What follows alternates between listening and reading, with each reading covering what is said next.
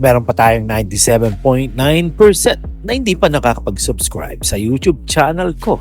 Bagong lahat, huwag natin kakalimutan na mag-subscribe and click the bell para ma-receive ninyo lahat ng aking notifications.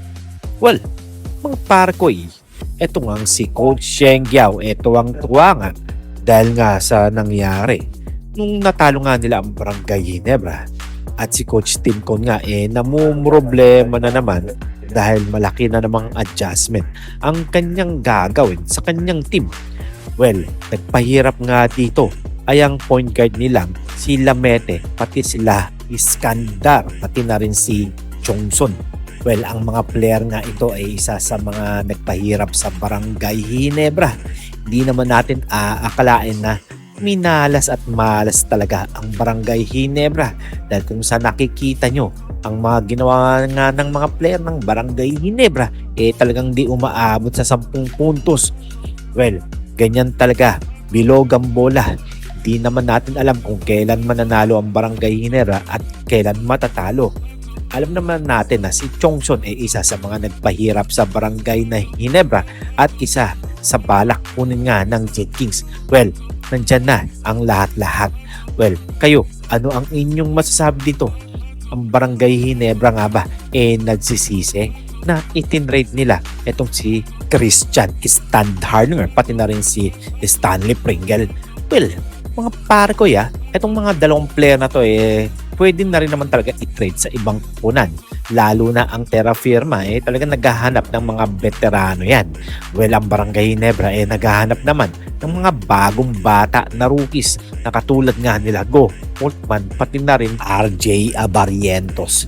Well, malas sa malas pa nga ang Barangay Ginebra noong first game nila.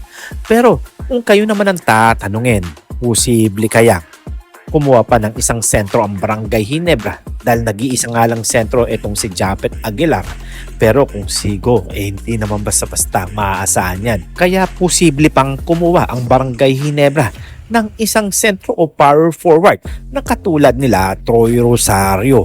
Well, kulang na kulang nga ang Barangay Ginebra pagdating sa loob.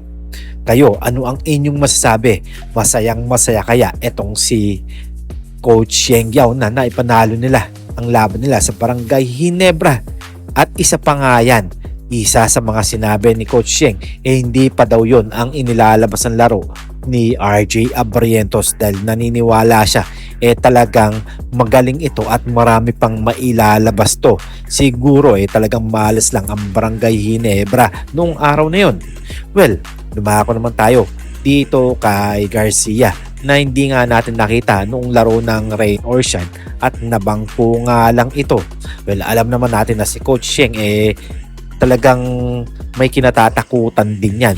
At etong si Coach Tim Con naman talagang ganyan ang kanyang laruan sa Barangay Ginebra. Kung sino-sino ang kanyang kukunin pero hindi naman pala na ipapasok. Siguro nandito na tayo. Huwag nating kalimutan na mag-subscribe, mag-comment and click the bell para ma-receive ninyo lahat ng aking notifications.